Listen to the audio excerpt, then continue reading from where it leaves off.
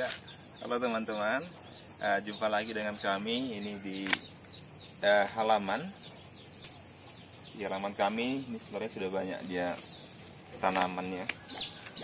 Di ini yang pas di sekitar halaman, ya, halaman kita yang kami tanami ini kebanyakan menggunakan pot.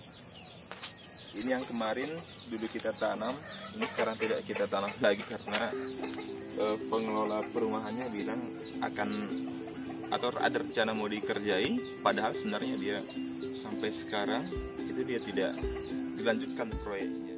Jadi kemarin teman-teman ini ada diberitahukan pihak pengelola pada bulan Januari bakalan dikerjai proyeknya, makanya ini sisa-sisa tanaman cabai kemarin ini sudah mati, tidak kita lanjutkan lagi diolah karena ini bulan Januari sudah dikerjai, tapi ini sampai sudah bulan Mei belum juga ada tanda-tandanya proyeknya akan dilanjutkan. Berarti sudah ada hampir sekitar 6 bulan ini tanahnya tidak dikelola lagi. Nah, jadi memang kami seperti itu, dia fokus karena memang ini memang bukan milik kita juga, ya nggak apa-apa, kita tetap menyalurkan hobi kita memelihara tanaman atau bercocok tanam itu dengan menggunakan pot.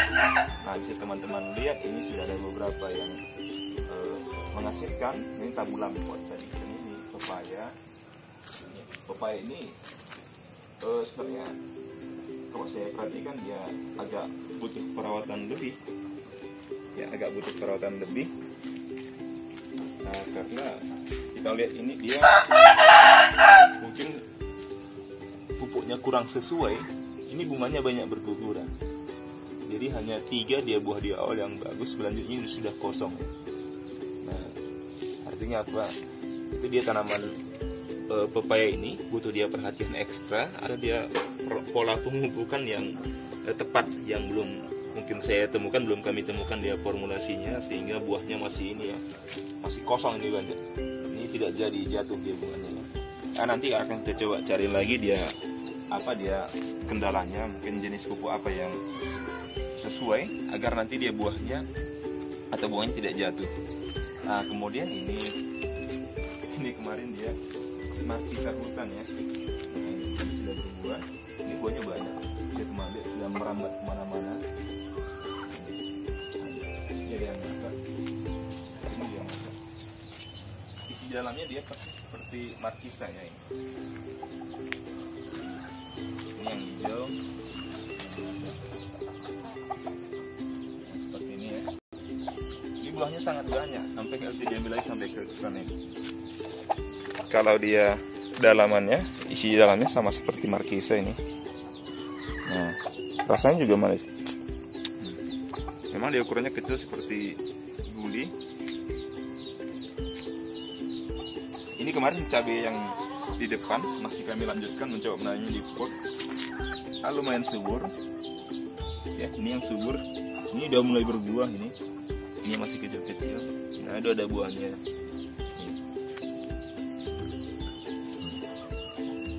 ya. Tapi kami pikir dari semua tanaman yang kami buat dalam pot ini ada satu yang paling praktis dia menanamnya dan paling berpotensi ya, bisa jadi sekali tanaman hias, bisa juga untuk menghasilkan buah.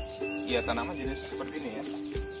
Nah, ini tanaman yang di golongan dia monokotil ya. Kalau yang ini kan dia lidah buaya. Nah, ini sangat sesuai ditaruh dalam pot, tapi nggak ada buahnya gitu. Tidak ada buahnya. Nah ya, ini kemarin baru pertama kali coba nanas. Nah, nanas ini dia kami coba tanam dalam pot. Bisa kita lihat ini ukuran batangnya dengan potnya itu ya, ini potnya kecil ya, potnya kecil sama dengan pot ini. Lebih kurang diameternya ini yang sekitar diameter atasnya ya sekitar 25-30 cm. Jadi potnya tidak terlalu besar ya, tidak terlalu besar, bisa tumbuh subur seperti ini ya. Dan sudah ada yang berbuah kemarin. Nah, sudah ada berbuah, sudah masak ya. Nah, jadi yang kami kami tanam di sini ada 3 jenis sebenarnya di nanasnya. Nah ini seperti ini jenis nanas biasa ya, nanas biasa. Itu daunnya tidak ada duri, hanya di ujung aja durinya. Ini beda. Itu nanas biasa. Kemudian ini kemarin ada nanas variegata. Nah nanas variegata ini ciri khasnya seperti kelompok tanaman variegata yang lain, dia ada warna pinknya ini. Nah ini dia. Kalau dia variegata ini berduri semua. Ini buahnya juga nanti berwarna merah, sering juga dikatakan orang nanas merah. Ini juga rasanya manis, bisa dikonsumsi. Yang ketiga dia nanas dumai. Nah ya, nanas dumai. Ini juga sama pola daunnya dengan nanas variegata tadi. Ini juga duri semua. Cuman dia warnanya dia hijau dengan ujung agak kemerahan seperti ini. Ini kemarin sudah berbuah. Ini sekarang anakannya udah ada 2 yang agak besar. Ya, itu sudah kita tanam kemarin pucuknya. Ya, itu pucuknya kemarin sudah kita tanam kembali di pot. Sudah mulai tumbuh. Ini nanas dumainya. Ini ciri khasnya nanas dumai ini nanti dia buahnya matanya agak kecil. Ya, buahnya dia matanya agak kecil. Di dalam dia isinya berwarna kuning dan sangat manis. Nah, makanya ini kami tertarik untuk coba mengembangkan kembali. Ya, coba ngomongkan kembali. Dan sekarang ini yang sudah coba juga ada berbuah ini teman-teman. Lihat ya. Nah, ada 2 ini. Ini yang nanas ini nanas biasa. Nah, nanas biasa. Ini dia ya, nanas biasa. Bisa teman bedakan ya, bandingkan dengan nanas dumai tadi ini. Ya, ini nanas dumai, ini nanas biasa, ini pola daunnya. Nah, akan jelas berbeda ya. Ini durinya ada semua duri. Ini hanya di ujung. Nah, ini dia sekarang yang berbuah ini. Kedua-duanya adalah nanas yang biasa. Nanas biasa daunnya. Nah, jadi bisa teman lihat ini. Ya memang dia buahnya ukuran sedang. Buahnya ukuran sedang, ini sudah tua, sudah bisa dipanen. Ciri-ciri dari nanas bisa dipanen, salah satu ini tangkainya, ini sudah berkerut. Nah, sudah berkerut berarti apa? Kadar air di tangkainya sudah berkurang, artinya zat makanan dari batang itu dia sudah berkurang yang sampai ke buah. Nah, sehingga ini sudah bisa kita panen. Nah, seperti itu ya. Kalau yang ini belum. Nah, ini dia belum bisa kita panen, bisa lihat. Ini teman-teman lihat ini tangkainya itu masih mulus ya, tidak ada kerutan. Nah, itu berbeda ya. Ini sudah berkerut. Nah, jadi kalau dari pengalaman kami teman-teman, ini kalau dia ternyata untuk nanas ini sangat mudah ditanam dalam pot ya. Potnya juga tidak terlalu besar. Dan intinya dia itu menghasilkan.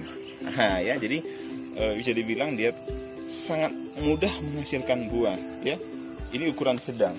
Mungkin kalau tadi pupuknya kita perbanyak, ukurannya juga sama seperti yang ditanam di tanah, ukuran besar, bisa sampai 1,5 dari ini. Nah ya, jadi kalau misalnya kita teman-teman takut dengan durinya, itu bisa kita potong ujung-ujungnya, kita tata sehingga dia tidak terlalu banyak jangkauan durinya, jadi aman untuk anak-anak. Dan ini juga tanaman nanas, kalau kita tanam dalam pot seperti ini, maka nanti kalau misalnya dia sudah berbuah, kalau kita takut dicuri orang, bisa kalau sudah berbuah kita pindahkan ke tempat yang lain yang lebih aman. Nah, kalau misalnya kita punya tingkat 2 seperti rumah, bisa kita angkat, pindahkan ke tingkat 2, itu bahkan lebih bagus. Kenapa? Karena nanas ini merupakan tanaman yang membutuhkan sinar matahari yang cukup. Nah ya, jadi kalau dia nanti kita biarkan di tempat yang mendapat sinar matahari penuh, buahnya akan manis dan besar. Tapi kalau dia agak teduh, itu buahnya bisa saja nanti rasanya kurang manis. Nah, kurang manis. Tapi kalau nanti dia di tempat yang terkena sinar matahari secara langsung seperti itu, maka nanti kita harus memperhatikan jangan sampai nanti potnya jadi kering. Nah, nanti kita harus rutin menyiram. Ya, minimal kalau tidak hujan atau kemarau dia seminggu sekali. Atau nanti untuk lebih praktisnya, bisa nanti kita antisipasi dengan menggunakan mulsa. Nah, bukan mulsanya harus plastik seperti yang kita lihat di pertanian itu ya. Jadi prinsipnya sama seperti mulsa, bisa nanti kita buat dengan seperti ini ya, menutup dengan tanaman-tanaman ini ya, rumput-rumput yang sudah ini kering, kita tutup seperti ini. Nah ya, seperti ini juga. Nah, ini. Tapi ini hanya perlu di awal. Kalau dia tanaman nanas yang sudah besar seperti ini, otomatis dia nanti daya tahannya terhadap sinar matahari langsung itu dia lebih kuat. Tapi kalau dia masih kecil seperti ini, hanya penting juga tanamannya jangan mati kekeringan, karena tanahnya nanti mengeras karena kadar air dalam potnya dia berkurang. Nah seperti itu ya. Oke, jadi untuk teman-teman harus juga kita panen nanasnya. Jadi bisa kita panen yang ini ya. Ini belum. Jadi walaupun ini belum nampak warnanya kuning teman-teman, ini sudah bisa kita panen. Kenapa? Karena tangkainya sudah berkerut. Itu tandanya dia sudah tua dan sudah layak untuk dipanen. Kalau kita nanti mau dia lebih matang, bisa kita simpan dalam rumah ya, seminggu atau 2-3 hari. Tapi sebenarnya seperti ini dia sudah masak, sudah manis. Dan ini nantinya kalau misalnya kita patahkan langsung tangkainya, itu dia akan lebih cepat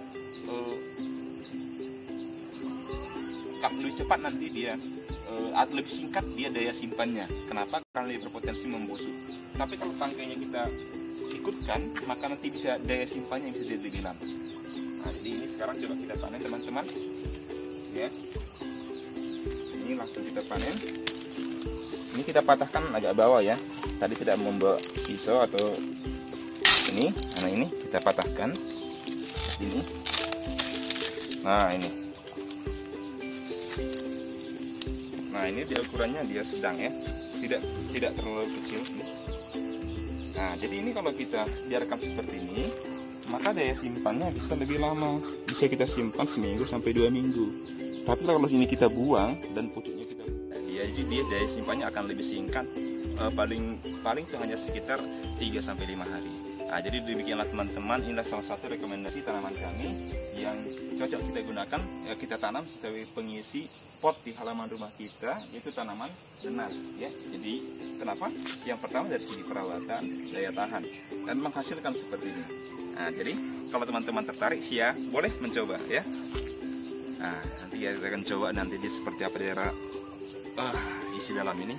Saya yakin ini dia manis karena dia mendapat paparan sinar matahari secara langsung. Oke teman-teman, ya silahkan dicoba di rumah masing-masing ya.